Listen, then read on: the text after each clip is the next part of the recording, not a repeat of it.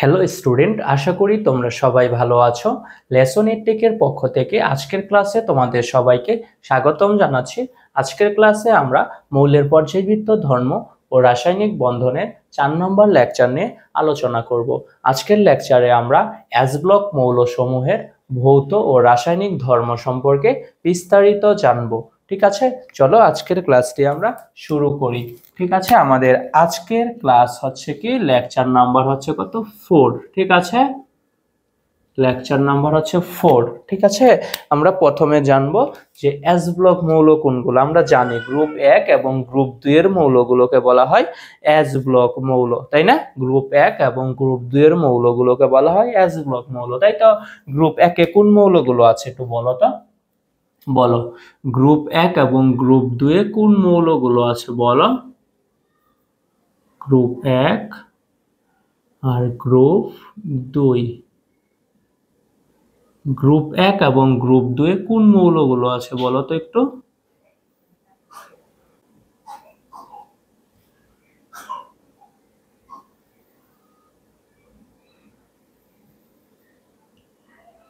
দেখো আমি লিখে দিব, হ্যাঁ, গ্রুপ 1 এবং গ্রুপ 2 এ কোন মৌলগুলো আছে। ঠিক আছে, আমরা জানি এস ব্লক মৌল সংখ্যা কয়টি। আমরা জানি এস ব্লক মৌল সংখ্যা আছে 14টি।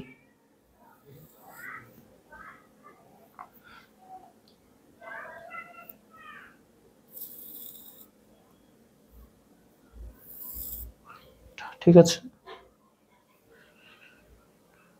একটা দুটো তিন সাতটা, একটা বেশি দিয়ে ফেলেছি আমরা। ঠিক আছে, আসো।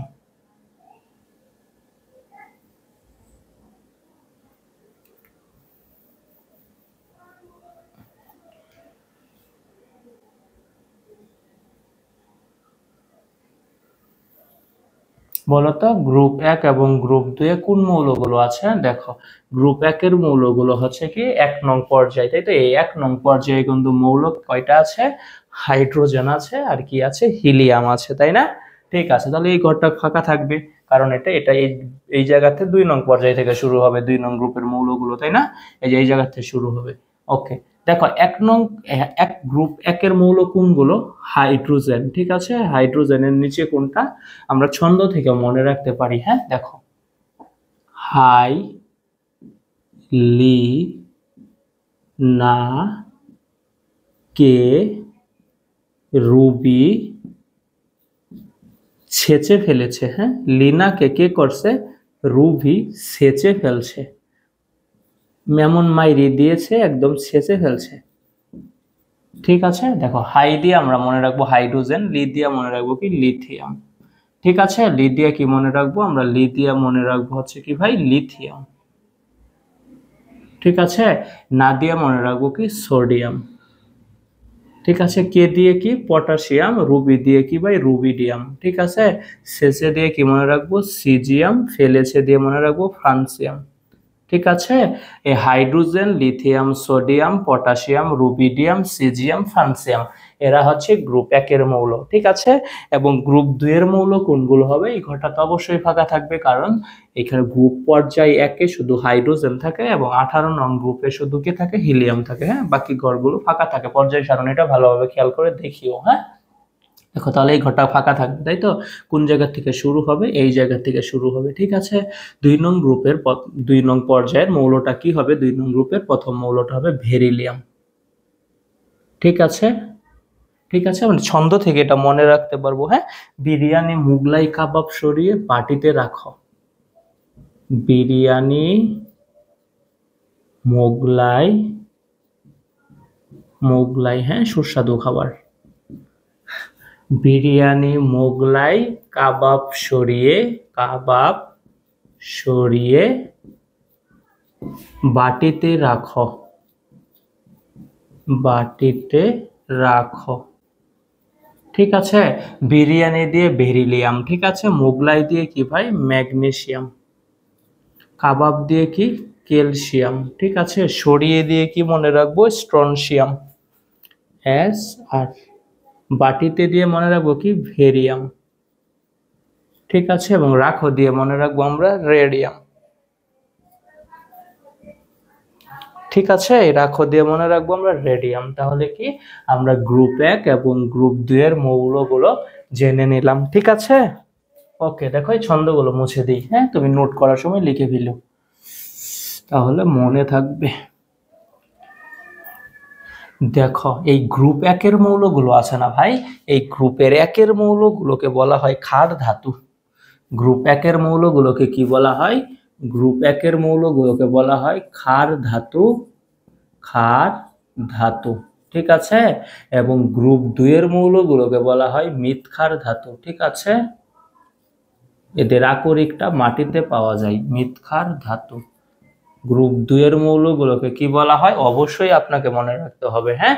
গ্রুপ 1 এর মৌলগুলো হচ্ছে ক্ষার ধাতু এবং গ্রুপ 2 এর মৌলগুলো হচ্ছে মৃৎক্ষার ধাতু। ঠিক আছে, দেখো গ্রুপ 1 এর একটা মৌল আমরা লিখলাম সোডিয়াম। ঠিক আছে, এই সোডিয়ামকে যদি পানির সাথে আমরা বিক্রিয়া করি, ঠিক আছে, দেখো পানির সাথে আমরা বিক্রিয়া করলাম, বিক্রিয়া করলে কি হয়? সোডিয়াম হাইড্রোক্সাইড ক্ষার তৈরি হলো। ঠিক আছে, এবং সাথে কি তৈরি হলো? হাইড্রোজেন গ্যাস তৈরি হলো। ঠিক আছে, এই জন্য গ্রুপ 1 এর মৌলগুলোকে আমরা কি বলবো? ক্ষার ধাতু বলবো। ঠিক আছে, সোডিয়াম কি গ্রুপ 1 এর মৌল, তাই না? গ্রুপ 1 এর একটা মৌল সোডিয়াম, ঠিক পানির সাথে বিক্রিয়া করে দেখলাম আমরা কি হলো? সোডিয়াম হাইড্রোক্সাইড ক্ষার তৈরি হলো এবং হাইড্রোজেন গ্যাস তৈরি হলো। ঠিক আছে, ঠিক আছে, তাহলে গ্রুপ 1 এর মৌলগুলোকে আমরা কি নামে ডাকবো? ক্ষার ধাতু নামে ডাকবো। ঠিক আছে, দেখো গ্রুপ 2 এর একটা মৌল আমরা লিখে ফেলি, হ্যাঁ। গ্রুপ 2 এর মনে করো এই ম্যাগনেসিয়ামটাকে আমরা লিখলাম। ঠিক আছে, এই গ্রুপ 2 এর একটা মৌল আমরা এই ম্যাগনেসিয়ামকেই লিখলাম। ঠিক আছে, ওকে।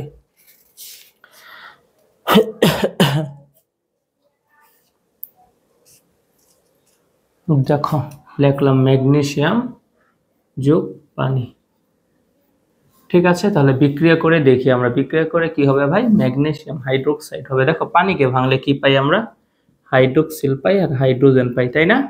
ঠিক আছে, তাহলে কি তৈরি হবে? Magnesium hydroxide. ঠিক আছে, এই ম্যাগনেসিয়ামের জারণ মান হচ্ছে কত? 2 এবং হাইড্রোক্সিলের জারণ মান হচ্ছে 1। ঠিক আছে, এই ম্যাগনেসিয়ামের জারণ মান আমরা এখানে দিয়ে দেব, হাইড্রোক্সিলের জারণ মান এখানে 1 না দিলেও চলে।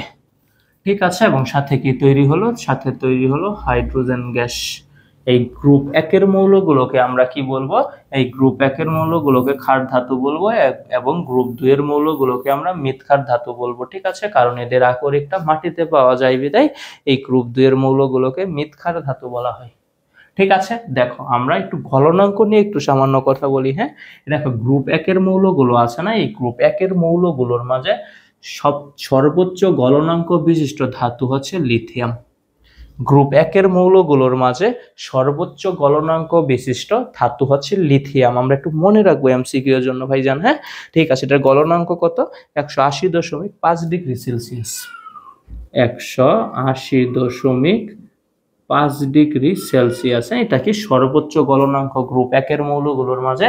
এই সর্বোচ্চ গলনাঙ্ক কার? লিথিয়ামের। ঠিক আছে, ওকে। দেখো উপর থেকে নিচে গেলে না এই গলনাঙ্কগুলো কমে যাবে। ঠিক আছে, দেখো দেখো তার সিজিএম এর কত? 28.4 ডিগ্রি সেলসিয়াস। দেখো কমে গেছে, তাই না? 28.4 ডিগ্রি সেলসিয়াস। কেন কমে গেল বা কেন বেড়ে গেল, এগুলো আমাদের আজকের ক্লাসের টপিক না, হ্যাঁ, আমরা সামনে পড়বো, একটু মনে রাখবো আমরা। ঠিক আছে, ওকে। দেখো গ্রুপ 2 এর মৌলগুলো আসো, এই গ্রুপ 2 গুলোর মাঝে সর্বোচ্চ গলনাঙ্ক বিশিষ্ট মৌল হচ্ছে বেরিলিয়াম। এটার গলনাঙ্ক কত? 1278। কত? 1278 ডিগ্রি সেলসিয়াস। ঠিক আছে, এবং সর্বনিম্ন হচ্ছে রেডিয়াম, এটা কত? 700 ডিগ্রি সেলসিয়াস। ঠিক আছে, এগুলো একটু এমসিকিউর জন্য মনে রাখবেন। ঠিক আছে, ওকে। আসো আমরা এদের সাধারণ ধর্মাবলী লেখা শুরু করে দিই, এগুলো একটু মুছে দিই। ঠিক আছে, ওকে।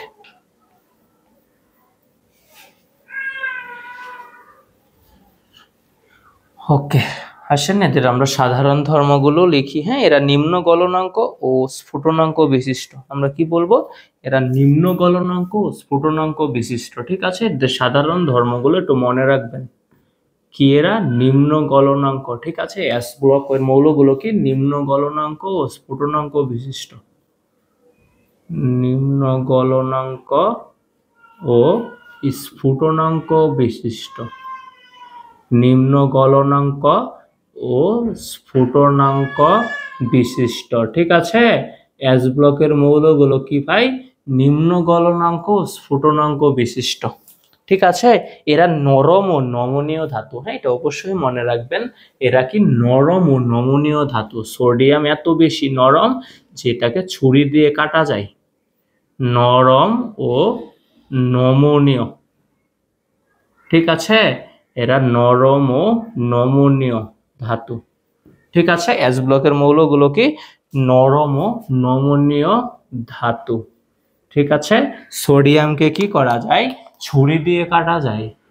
সোডিয়াম এটাকে কি ছুরি দিয়ে কাটা যায়, ছুরি দিয়ে কাটা যায়। এটা এমসিকিউর জন্য মনে রাখবেন, হ্যাঁ, গুরুত্বপূর্ণ। ঠিক আছে, সোডিয়াম ধাতুকে কি করা যায়? এই সোডিয়াম ধাতুটাকে ছুরি দিয়ে কাটা যায়। ঠিক আছে, ওকে। আসেন, এই গ্রুপ 1 এর মৌলগুলো হচ্ছে একক ধনাত্মক বিশিষ্ট এবং গ্রুপ 2 এর মৌলগুলো কি দ্বিধনাত্মক। ঠিক আছে, এরা একক ধনাত্মক আয়ন এবং গ্রুপ 2 এর মৌলগুলো দ্বিধনাত্মক আয়নে পরিণত হয়, এগুলো জানি আমরা। ঠিক আছে, এটা কি করে? একক ধনাত্মক আয়ন, তাই না? ওকে, আর এইগুলো কি দ্বিধনাত্মক আয়ন। ঠিক আছে, এইগুলো কি দ্বিধনাত্মক আয়ন। ওকে, গ্রুপ 1 এর মৌলগুলো কি একক ধনাত্মক আয়ন, এরা কি একক ধনাত্মক আয়ন, আয়নে পরিণত হয়। ঠিক আছে, একক ধনাত্মক আয়ন। আর গ্রুপ 2 এর মৌলগুলো কি? গ্রুপ 1 এর মৌলগুলো, ঠিক আছে, একক। আর গ্রুপ 2 এর মৌলগুলো কি ভাই? দ্বিধনাত্মক আয়ন, আয়নে পরিণত হয়। ঠিক আছে,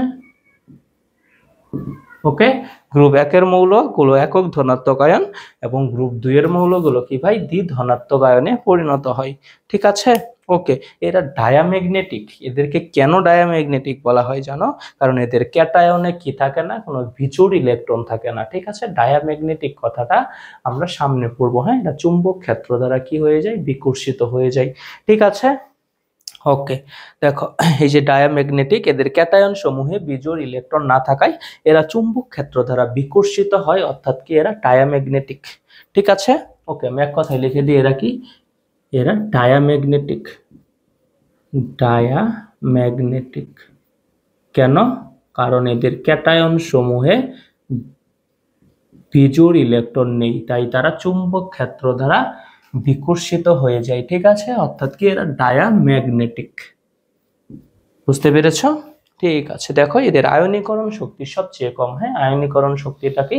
এটাও আমরা সামনে আলোচনা করব। ঠিক আছে, এদের আয়নীকরণ শক্তি সবচেয়ে কম।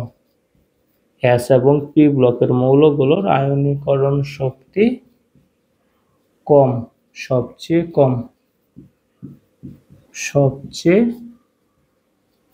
কম। ঠিক আছে, এস এবং পি ব্লকের মৌলগুলোর আয়নীকরণ শক্তি সবচেয়ে কম। এরা কি তীব্র তড়িৎ ধনাত্মক ও তীব্র বিজারক। মনে রাখবো, এরা তীব্র তড়িৎ ধনাত্মক, তীব্র কি তড়িৎ ধনাত্মক, তীব্র তড়িৎ ধনাত্মক ও তীব্র বিজারক। ঠিক আছে, বিজারক কি ভাই? যাদের জারণ ঘটে। ঠিক আছে, যে সকল পদার্থের জারণ ঘটে তাদেরকে বিজারক পদার্থ বলা হয়। ঠিক আছে, দেখো, এই এস গ্রুপ ব্লকের মৌলগুলো হবে কি তীব্র তড়িৎ ধনাত্মক এবং কি হবে? তীব্র তড়িৎ ধনাত্মক হবে এবং এরা কি হবে? তীব্র বিজারক হবে। ঠিক আছে, ওকে। আসো আমরা পড়ে যাই। একটু উপর দিক দিয়ে একটু আমাদের মুছে দিতে হবে। আচ্ছা, দেখো, এখানে লিখে ফেলি আমরা। এখানে কি বলেছে যে বেরিলিয়াম ছাড়া গ্রুপ 2 এর মৌলগুলো কি করে? আয়নিক যৌগ গঠন করে। ঠিক আছে, বেরিলিয়াম ছাড়া গ্রুপ 2 এর মৌলগুলো আয়নিক যৌগ গঠন করে, কিন্তু বেরিলিয়াম কেন গঠন করতে পারে না? কারণ গ্রুপ 2 এর মৌলগুলোর মাঝে বেরিলিয়ামের আকার সবচেয়ে ছোট। ঠিক আছে, এটা কি করতে পারে না? ইলেকট্রন ছাড়তে পারে না। ঠিক আছে, ওকে। আমরা তাহলে সংক্ষেপে লিখে দিই, তুমি আমার কথা শুনে লিখবা। হ্যাঁ, বেরিলিয়াম ছাড়া গ্রুপ 2 এর মৌলগুলো কি গঠন করে? আয়নিক যৌগ গঠন করে। বেরিলিয়াম আয়নিক যৌগ গঠন করতে পারে না, কারণ বেরিলিয়ামের আকার সবচেয়ে ছোট। এটা নিউক্লিয়াস দ্বারা তীব্রভাবে আকৃষ্ট হয়, ইলেকট্রন ছাড়তে পারে না। ঠিক আছে, ওকে। এটা কি? বেরিলিয়াম আয়নিক যৌগ গঠন করতে পারে না। কারণ কি এটার আয়নিক যৌগ গঠন করতে পারে না। ঠিক আছে, কারণ কি ভাই? এই কারণটা হচ্ছে গ্রুপ 2 এর শুধুমাত্র এই বেরিলিয়ামটাই আয়নিক যৌগ গঠন করতে পারে না। কারণটা হচ্ছে বেরিলিয়ামের আকার খুবই ছোট এবং এটি নিউক্লিয়াস দ্বারা তীব্রভাবে আকৃষ্ট হয়। ঠিক আছে, তাই কি করা যায় না, বেরিলিয়াম 2+ মানে আয়ন কখনো এই গঠনটা কখনো সম্ভব না, সম্ভব নয়। ঠিক আছে, এটা কি কখনোই সম্ভব নয়। হ্যাঁ, বেরিলিয়াম 2+ এটা কখনোই সম্ভব নয়। ঠিক আছে, কারণ এটার আকার খুবই ছোট বেরিলিয়ামের, তাই কি হয় নিউক্লিয়াস দ্বারা তীব্রভাবে আকৃষ্ট হয়ে থাকে। ঠিক আছে, ওকে, তাহলে আমরা এটাও বুঝে নিলাম। ঠিক আছে, দেখো গ্রুপ 2 এর মৌলগুলোকে আমরা কি যেন বলেছিলাম, মৃৎক্ষার বলেছিলাম,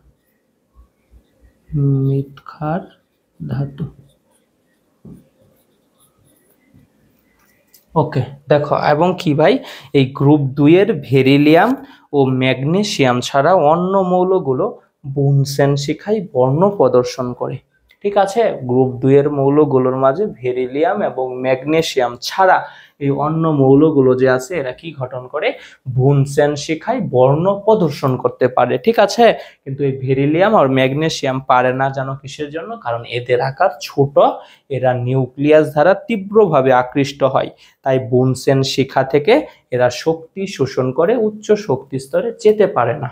ঠিক আছে, আমি আবারও বলি, বেরিলিয়াম ও ম্যাগনেসিয়াম ছাড়া গ্রুপ 2 এর অন্য মৌলগুলো কি গঠন করে, কি করতে পারে, বুনসেন শিখা থেকে বুনসেন শিখা থেকে কি করতে পারে, শিখা থেকে শক্তি শোষণ করতে পারে। ঠিক আছে, এই বেরিলিয়াম ও ম্যাগনেসিয়াম বুনসেন শিখা থেকে বর্ণ শোষণ করতে পারে না, কারণ হচ্ছে কি এদের আকার খুবই ছোট, এরা নিউক্লিয়াস দ্বারা তীব্রভাবে আকৃষ্ট হয় এবং এরা বুনসেন শিখা থেকে শক্তি শোষণ করে উচ্চ শক্তি স্তরে যেতে পারে না। আমার কথা শুনে লিখবেন। ঠিক আছে, ওকে, তাই কি গঠন করে ভাই, এস ব্লকের মৌলগুলোর মাঝে এই বেরিলিয়াম এবং ম্যাগনেসিয়াম কি করে, বুনসেন শিখা থেকে শক্তি শোষণ করতে পারে না। ঠিক আছে, এই কথাটাই বলেছে যে বেরিলিয়াম ম্যাগনেসিয়াম ছাড়া অন্য সব মৌল বুনসেন শিখা থেকে বর্ণ প্রদর্শন করে গ্রুপ 2 এর। ওকে, বেরিলিয়াম ও ম্যাগনেসিয়ামের আকার ছোট হওয়ায় এরা নিউক্লিয়াস দ্বারা তীব্রভাবে আকৃষ্ট হয়, তাই বুনসেন শিখা থেকে শক্তি শোষণ করে উচ্চ শক্তি স্তরে প্রবেশ করতে পারে না। ঠিক আছে, এই বেরিলিয়াম ও ম্যাগনেসিয়াম বুনসেন শিখা থেকে বর্ণ প্রদর্শন, বুনসেন শিখা থেকে শক্তি শোষণ করতে পারে না, শক্তি শোষণ করতে পারে না, শোষণ করতে পারে না। বলেন তো কেন পারে না? কারণ এদের আকার, কারণ এই বেরিলিয়াম ও ম্যাগনেসিয়ামের আকার খুবই ছোট, এরা নিউক্লিয়াস দ্বারা তীব্রভাবে আকৃষ্ট হয়। ঠিক আছে, এই জন্য এরা বুনসেন শিখা থেকে শক্তি শোষণ করে উচ্চ শক্তি স্তরে যেতে পারে না। ঠিক আছে, এইগুলোই ছিল আমাদের এই এস ব্লক মৌলগুলোর সাধারণ ধর্মাবলী। ঠিক আছে, আমরা এবার এস ব্লক মৌলগুলোর রাসায়নিক ধর্মাবলী সম্পর্কে জানবো। ঠিক আছে, তাহলে আমরা এগুলো একটু মুছে দিই।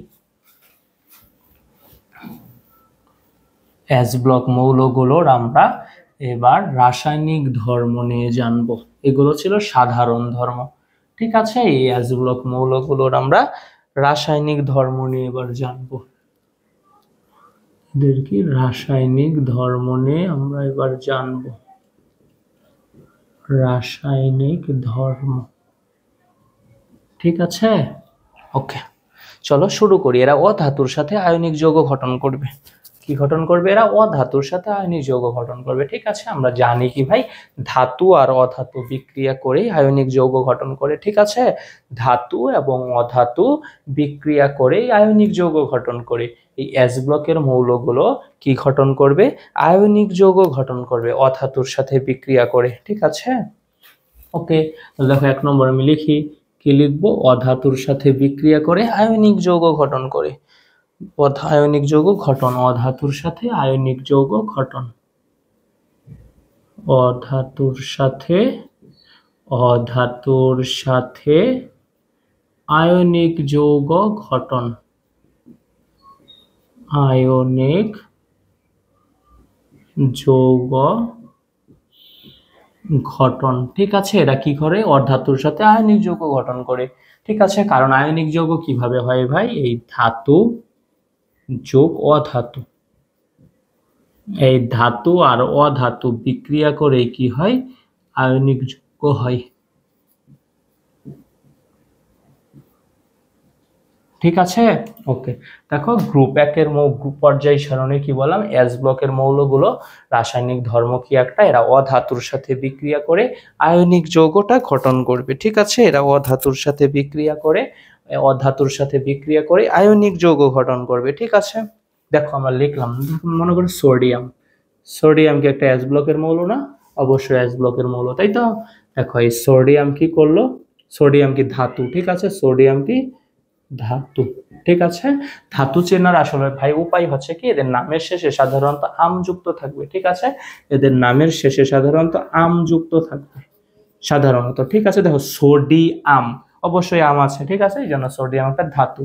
যেমন magnesium, calcium, strontium, beryllium, radium, francium, caesium, এই সবগুলোর শেষে কিন্তু আম যুক্ত আছে, তাই এগুলো হচ্ছে ধাতু। ঠিক আছে, ওকে। দেখো সোডিয়ামের সাথে আমরা কি করলাম? ক্লোরিন। এই ক্লোরিন কি এটার সাথে কি আম আছে? নাই, তাই এটা কি একটা অধাতু। ঠিক আছে, এই সোডিয়াম আর ক্লোরিন বিক্রিয়া করে কি গঠন করে? Sodium chloride. এই সোডিয়াম ক্লোরাইড কি ভাই? একটা আয়নিক যৌগ, আয়নিক যৌগ। ঠিক আছে, ধাতু আর অধাতু বিক্রিয়া করে আয়নিক যৌগ গঠন করেছে। ঠিক আছে, তাহলে এস ব্লক মৌলগুলোর একটা রাসায়নিক ধর্ম আমরা কি পড়লাম? এরা অধাতুর সাথে বিক্রিয়া করে আয়নিক যৌগ গঠন করে। ঠিক আছে, এদের 2 নম্বর ধর্ম হচ্ছে কি? এরা নাইট্রাইট ও কার্বাইডের সাথে কি করে? আদ্র বিশ্লেষণ ঘটায়। দেখো মুছে দিই এটা, তোমরা সুন্দর করে নোট করবে। ঠিক আছে, প্রতিটা কথা নোট করবে। ঠিক আছে, ওকে। দেখো নাইট্রাইট ও কার্বাইডের আদ্র বিশ্লেষণ, নাইট্রাইট ও কার্বাইডের আদ্র বিশ্লেষণ, এটা অনেক ইম্পর্টেন্ট। নাইট্রাইট ও কার্বাইডের আদ্র বিশ্লেষণ, কার্বাইডের আদ্র বিশ্লেষণ। ঠিক আছে ভাই, আদ্র কথাটার মানে কি? পানি।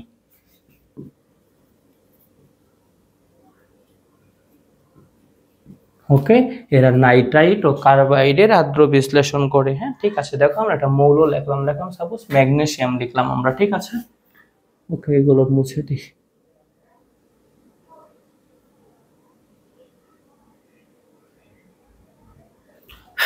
দেখো ম্যাগনেসিয়াম লিখলাম।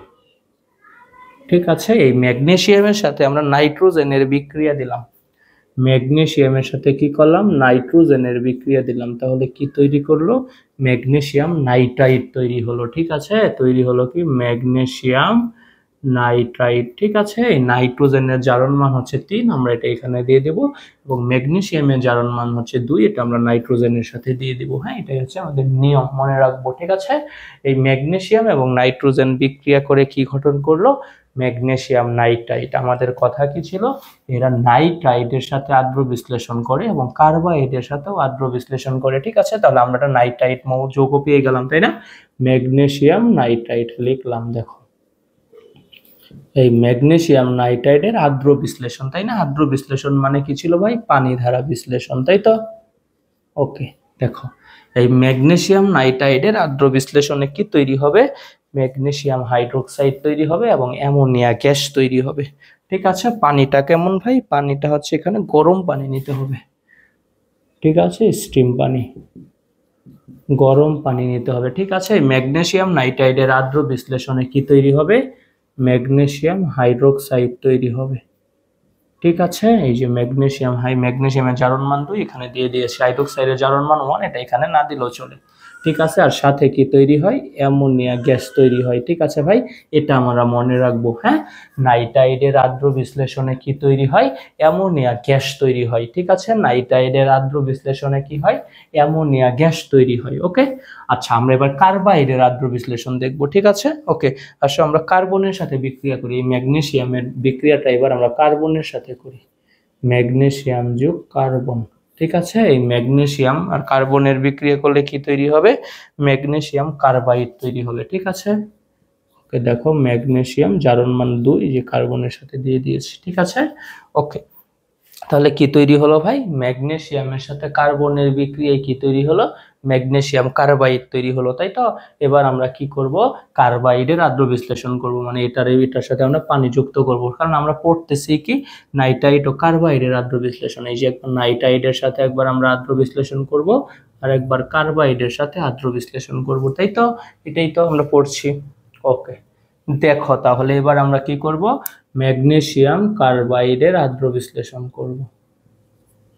এই ম্যাগনেসিয়াম কার্বাইডের আদ্র বিশ্লেষণ করলে কি কি তৈরি হয় এটা আমরা জানবো। ঠিক আছে, এই ম্যাগনেসিয়াম কার্বাইডের আদ্র বিশ্লেষণে ম্যাগনেসিয়াম হাইড্রোক্সাইড তৈরি হয় এবং এসিটিলিন গ্যাস তৈরি হয় ভাই। হ্যাঁ, ইথাইন বা এসিটিলিন, হ্যাঁ এটা অবশ্যই মনে রাখতে হবে। দেখো কি তৈরি হয়, ম্যাগনেসিয়াম হাইড্রোক্সাইড তৈরি হয় এবং সাথে কি তৈরি হয়, ইথাইন বা এসিটিলিন। ঠিক আছে, একটা অ্যালকাইন তৈরি হয়। ঠিক আছে, 2 কার্বন বিশিষ্ট একটা অ্যালকাইন তৈরি হয়ে যায়। ঠিক আছে, CH triple bond H C, এবার এইচ সি দিতেছি কেন, CH। ঠিক আছে, এটাকে কি বলা হয় ভাই, এসিটিলিন বলা হয়, বাণিজ্যিক নাম এটার এসিটিলিন বা ইথাইন গ্যাস। এটা একটা অ্যালকাইন। ঠিক আছে, 2 কার্বন বিশিষ্ট একটা অ্যালকাইন, আমাদের অবশ্যই মনে রাখতে হবে। হ্যাঁ, যে কার্বাইডের আদ্র বিশ্লেষণে কি হয়, কার্বাইডের আদ্র বিশ্লেষণে ইথাইন তৈরি হয়। ঠিক আছে, এটা এমসিকিউর জন্য খুব ইম্পর্টেন্ট, ইথাইন বা এসিটিলিন। ঠিক আছে, ইথাইন বা এসিটিলিন, এসিটিলিন। ঠিক আছে, আমরা মনে রাখবো। হ্যাঁ, আমি আবারও বলি, এই কার্বাইডের আদ্র বিশ্লেষণে কি তৈরি হয়, ইথাইন বা এসিটিলিন তৈরি হয়। ঠিক আছে, এটা আমরা অবশ্যই মনে রাখবো, এটা এমসিকিউ এর জন্য খুব বেশি ইম্পর্টেন্ট।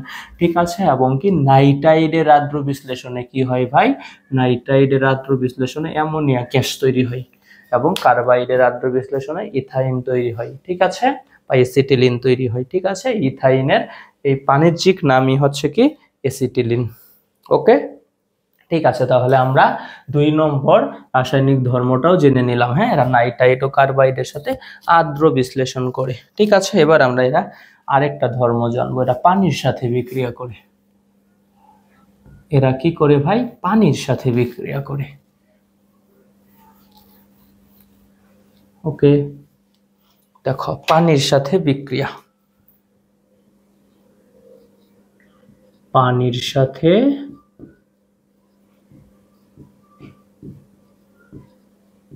বিক্রিয়া।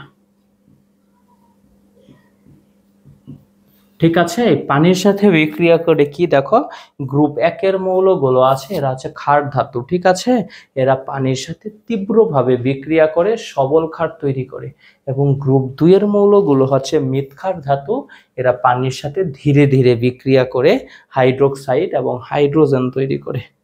ঠিক আছে, ওকে, গ্রুপ 1 এর মৌলগুলো কি গঠন করে ভাই, গ্রুপ 1 এর মৌলগুলো, গ্রুপ 1 এর মৌলগুলো কি করে, তীব্রভাবে বিক্রিয়া করে। গ্রুপ 1 এর মৌলগুলো কি করে, তীব্রভাবে বিক্রিয়া করে। গ্রুপ 1 এর মৌলগুলো তীব্রভাবে বিক্রিয়া করে। ঠিক আছে, গ্রুপ 1 এর মৌলগুলো এরা কি ক্ষার, তাই তো, গ্রুপ 1 এর মৌলগুলো হচ্ছে ক্ষার।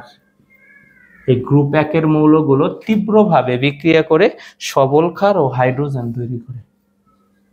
ঠিক আছে, সবল ক্ষার মানে শক্তিশালী ক্ষার তৈরি করে প্লাস হাইড্রোজেন গ্যাস তৈরি করে। ঠিক আছে, সবল ক্ষার কোনগুলো ভাই, সোডিয়াম হাইড্রোক্সাইড, পটাশিয়াম হাইড্রোক্সাইড, এইগুলো। ঠিক আছে, সোডিয়াম হাইড্রোক্সাইড, পটাশিয়াম হাইড্রোক্সাইড, এইগুলোই হচ্ছে সবল ক্ষার। ঠিক আছে, গ্রুপ 1 এর মৌলগুলো পানির সাথে কি করে, তীব্রভাবে বিক্রিয়া করে সবল ক্ষার তৈরি করে। ঠিক আছে, ওকে। এবং গ্রুপ 2 এর মৌলগুলো কি, গ্রুপ 2 এর মৌলগুলো এরা কি করে পানির সাথে ধীরে ধীরে বিক্রিয়া করে, তীব্রভাবে বিক্রিয়া করতে পারে না। ঠিক আছে, এরা পানির সাথে ধীরে ধীরে বিক্রিয়া করে কি গঠন করে, হাইড্রোক্সাইড, হাইড্রোক্সাইড ও হাইড্রোজেন গ্যাস। ঠিক আছে, এই গ্রুপ 2 এর মৌলগুলো কি ভাই, মৃৎক্ষার ধাতু, মৃৎক্ষার ধাতু। ঠিক আছে, এরা মৃৎক্ষার ধাতু। গ্রুপ 2 এর মৌলগুলো কি করে ভাই, পানির সাথে ধীরে ধীরে বিক্রিয়া করে। ঠিক আছে, বিক্রিয়া করে হাইড্রোক্সাইড এবং হাইড্রোজেন তৈরি করে। ঠিক আছে, এই গ্রুপ 2 এর মৌলগুলো কি ভাই, এরা কম সক্রিয়। ঠিক আছে, এই জন্যই পানির সাথে ধীরে ধীরে বিক্রিয়া করে। ঠিক আছে, এদের সক্রিয়তাটা একটু কম। ওকে ওকে, চলো দেখো এরা আবার কি করে, অ্যাসিডের হাইড্রোজেন প্রতিস্থাপন করে। 4 নম্বর কি রাসায়নিক ধর্মটা কি এদের, এরা কি করে অ্যাসিড থেকে হাইড্রোজেনটাকে প্রতিস্থাপন করে, আলাদা করে ফেলে। হ্যাঁ, ওকে, দেখো আমি লিখে দিই, অ্যাসিডের হাইড্রোজেন প্রতিস্থাপন, অ্যাসিডের হাইড্রোজেন প্রতিস্থাপন, অ্যাসিডের হাইড্রোজেন প্রতিস্থাপন। ঠিক আছে, এটা কি গঠন করে ভাই, দেখো অ্যাসিড থেকে হাইড্রোজেনটাকে আলাদা করে ফেলে। দেখো আমরা লিখলাম সোডিয়াম। ঠিক আছে, সোডিয়ামের সাথে বিক্রিয়া দিলাম কি, হাইড্রোক্লোরিকের। ঠিক আছে, দেখো এরা এই যে হাইড্রোক্লোরিক অ্যাসিড থেকে এরা হাইড্রোজেনটাকে অপসারণ করে ফেলবে। ঠিক আছে, কি তৈরি করবে, সোডিয়াম ক্লোরাইড তৈরি করবে, সোডিয়াম ক্লোরাইড। এবং দেখো এটাকে ভাঙলে কি, হাইড্রোক্লোরিককে ভাঙলে কি থাকে, হাইড্রোজেন থাকে আর ক্লোরিন থাকে, তাই তো এই সোডিয়ামটা ক্লোরিনের সাথে চলে যাবে এবং হাইড্রোজেনটা আলাদা হয়ে যাবে। ঠিক আছে, দেখো এটাই হচ্ছে প্রতিস্থাপন। দেখো এই অ্যাসিড থেকে কি হইলো, অ্যাসিড থেকে এই হাইড্রোজেনটা আলাদা হয়ে গেল। ঠিক আছে, এটাই হচ্ছে কি অ্যাসিডের হাইড্রোজেন প্রতিস্থাপন। ঠিক আছে, ওকে। দেখো আরেকটা আমরা দিই। হ্যাঁ, দেখো সোডিয়ামের সাথে আমরা এবার, সোডিয়ামের সাথে কি করলাম আমরা এবার, সালফিউরিক অ্যাসিডের বিক্রিয়া দিলাম, H2SO4। হ্যাঁ, সমতা লাগবে না। ঠিক আছে, কেমিস্ট্রিতে সমতা করতে হয় শুধু, যেখানে আমরা অঙ্ক করব এবং লাসাতেলিয়ারের নীতিতে, হ্যাঁ, ওখানে সমতার প্রয়োজন হয়, বাকি বিক্রিয়ার ক্ষেত্রে সমতার প্রয়োজন হয় না।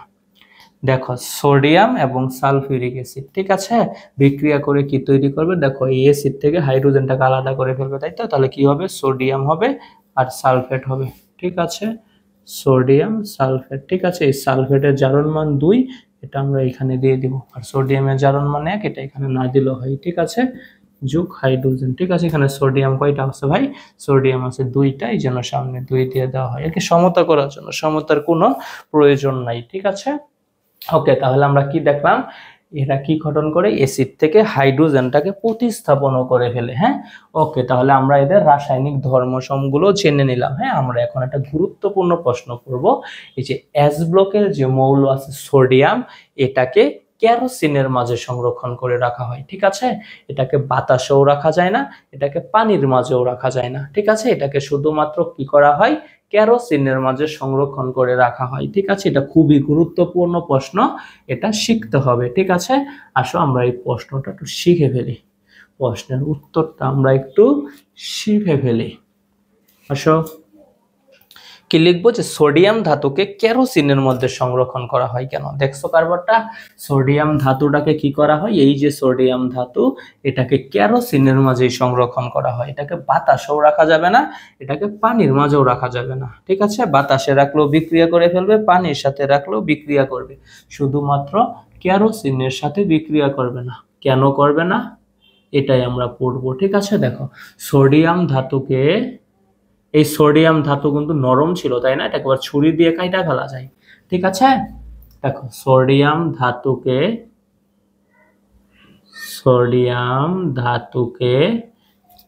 সোডিয়াম ধাতুকে কেরোসিনে সংরক্ষণ করা হয় কেন, কেরোসিনের মধ্যে সংরক্ষণ করা হয় কেন, কেরোসিনের মধ্যে কেরোসিনের মধ্যে সোডিয়াম ধাতুকে কেরোসিনের মধ্যে সংরক্ষণ করা হয় কেন? সংরক্ষণ করা হয় কেন? ঠিক আছে, ওকে, চলো আমরা উত্তরটা শুরু করে দিই। ঠিক আছে, কারণ সোডিয়ামকে বাতাসেও রাখা যায় না, পানির সাথেও রাখা যায় না। বাতাসে রাখলেও বিক্রিয়া করে ফেলে এবং পানির সাথে রাখলেও কি গঠন করে? বিক্রিয়া করে। ঠিক আছে, তাই সোডিয়ামকে কেরোসিনে রাখা হয়, কারণ কেরোসিন কি একটা আসক্তিহীন, এটা কি একটা অ্যালকেন, এটা আসক্তিহীন, এটা বিক্রিয়াহীন। ঠিক আছে, এটা বিক্রিয়া করবে না, নিষ্ক্রিয়। ঠিক আছে, ওকে, দেখো লিখে দিই। আমরা যদি বাতাসে রাখি, ঠিক আছে, বিক্রিয়াগুলো দেখাই দিই। ঠিক আছে, আমরা যদি সোডিয়ামটাকে বাতাসে রাখি, ঠিক আছে, বাতাসে রাখলে কি হবে ভাই? বাতাসে রাখলে কি হবে? এটা বাতাসের সোডিয়াম কি বাতাসের অক্সিজেনের সাথে বিক্রিয়া করবে। এই যে অক্সিজেনের সাথে বিক্রিয়া করে কি গঠন করবে জানো? সোডিয়াম অক্সাইড তৈরি করবে। আমরা রাখছিলাম কিন্তু সোডিয়াম, তাই না?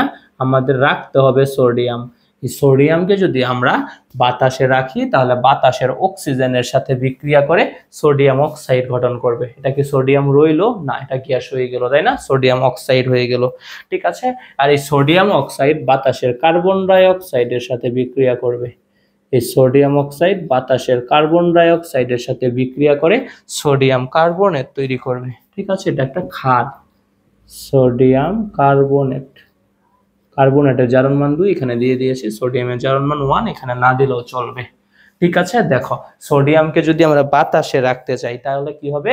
সোডিয়াম বাতাসের অক্সিজেনের সাথে বিক্রিয়া করে সোডিয়াম অক্সাইড তৈরি করবে। ঠিক আছে, এবং উৎপন্ন সোডিয়াম অক্সাইড বাতাসের কার্বন ডাই অক্সাইডের সাথে বিক্রিয়া করে সোডিয়াম কার্বনেট ক্ষার তৈরি করবে। ঠিক আছে, তুমি আমার কথা শুনে লিখবা। হ্যাঁ, আমি আবারও বলি, সোডিয়ামকে যদি বাতাসে রাখি তাহলে বাতাসের অক্সিজেনের সাথে বিক্রিয়া করে সোডিয়াম অক্সাইড তৈরি করবে এবং সোডিয়াম অক্সাইড বাতাসের কার্বন ডাই অক্সাইডের সাথে বিক্রিয়া করে সোডিয়াম কার্বনেট তৈরি করবে। ঠিক আছে, তাহলে সোডিয়ামকে আমরা বাতাসের মাধ্যমে বাতাসে রাখতে পারবো না। ঠিক আছে, দেখো আমরা যদি পানির সাথে রাখতে চাই, পানির সংস্পর্শে যদি রাখি, সোডিয়ামকে পানির সংস্পর্শে রাখলে কি হবে? হ্যাঁ, আগুন ধরে যাবে। ঠিক আছে, এটা একটু টেস্ট করে দেখিও। হ্যাঁ, পানির সংস্পর্শে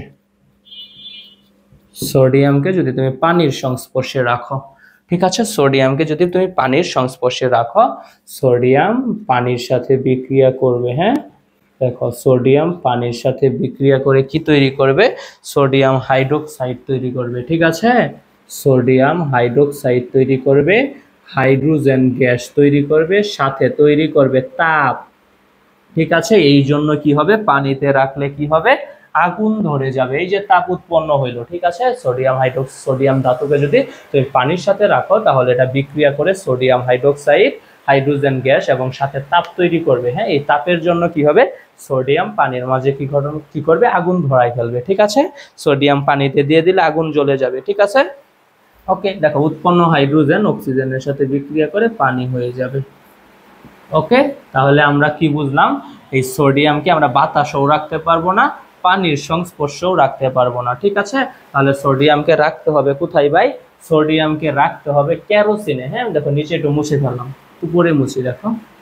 তাই সোডিয়ামকে সংরক্ষণ করব আমরা কোথায়? সোডিয়ামকে আমরা সংরক্ষণ করব কেরোসিনে। তাই সোডিয়ামকে কেরোসিনে সংরক্ষণ করতে হবে। কেন? হ্যাঁ, বলো তো কেন? কারণ এই কেরোসিন হচ্ছে কি ভাই? একটা অ্যালকেন। কেরোসিন হচ্ছে অ্যালকেন, আর আমরা কি জানি? এই অ্যালকেন গুলো কি ভাই? অ্যালকেন গুলো হচ্ছে কি আসক্তিহীন, তাই না? অ্যালকেনরা হচ্ছে কি ভাই? নিষ্ক্রিয় আর আসক্তিহীন। ঠিক আছে, অ্যালকেন কি? এরা নিষ্ক্রিয়। কারণ কি? সোডিয়ামকে আমরা যদি কেরোসিনের মাঝে রাখি কোনো কাজ হবে না, কারণ কেরোসিন কি? নিষ্ক্রিয়, কি আসক্তিহীন। ঠিক আছে, আসক্তিহীন মানে কি? এটা সোডিয়ামের প্রতি এটার কোনো আসক্তই থাকবে না। হ্যাঁ, কোনো আসক্তিই থাকবে না। ওকে, তাহলে আমরা কি বুঝলাম? যে কেরোসিনের মাঝে কেন রাখতে হয়? কারণ কেরোসিন একটা অ্যালকেন, এই অ্যালকেনগুলো হয় নিষ্ক্রিয়। ঠিক আছে, এবং এরা কি? আসক্তিহীন, সোডিয়ামের সাথে কোনো বিক্রিয়া করবে না। ঠিক আছে, অর্থাৎ কি? এরা বিক্রিয়া করে না। অর্থাৎ কি? অর্থাৎ এরা কি করবে না? বিক্রিয়া করবে না। সোডিয়ামের সাথে কি করবে না? এই কেরোসিন বিক্রিয়া করে না। ঠিক আছে, তাই আমরা সোডিয়ামকে কোথায় রাখবো? আমরা তাই সোডিয়ামকে কেরোসিনে সংরক্ষণ করে রাখবো, ঠিক আছে। কারণ আমরা সোডিয়ামকে বাতাসেও রাখলাম, পানিতেও রাখলাম, লাভ হইল না, তাই তো।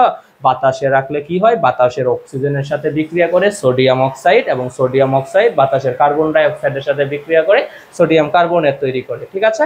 এবং সোডিয়ামকে যদি আমরা পানির সংস্পর্শে রাখি তাহলে কি করে, সোডিয়াম হাইড্রোক্সাইড সাথে হাইড্রোজেন গ্যাস এবং তাপ উৎপন্ন করে, যার জন্য পানিতে আগুন ধরে যায়। এজন্য আমরা সোডিয়ামকে পানিতেও রাখতে পারবো না, আমরা সোডিয়ামকে কেরোসিনে রাখবো। কারণ কি, কেরোসিন হচ্ছে একটা অ্যালকেন, এটা কি নিষ্ক্রিয়, এটা আসক্তিহীন, এটা বিক্রিয়া করবে না সোডিয়ামের সাথে, ঠিক আছে। তাই সোডিয়ামকে কেরোসিনের মাঝে সংরক্ষণ করে রাখতে হবে। ওকে, আশা করি আজকের ক্লাসটা তোমরা বুঝতে পেরেছো। আজকের ক্লাসটি এই পর্যন্তই থাকুক, তোমরা সবাই ভালো থেকো, সুস্থ থেকো, ধন্যবাদ।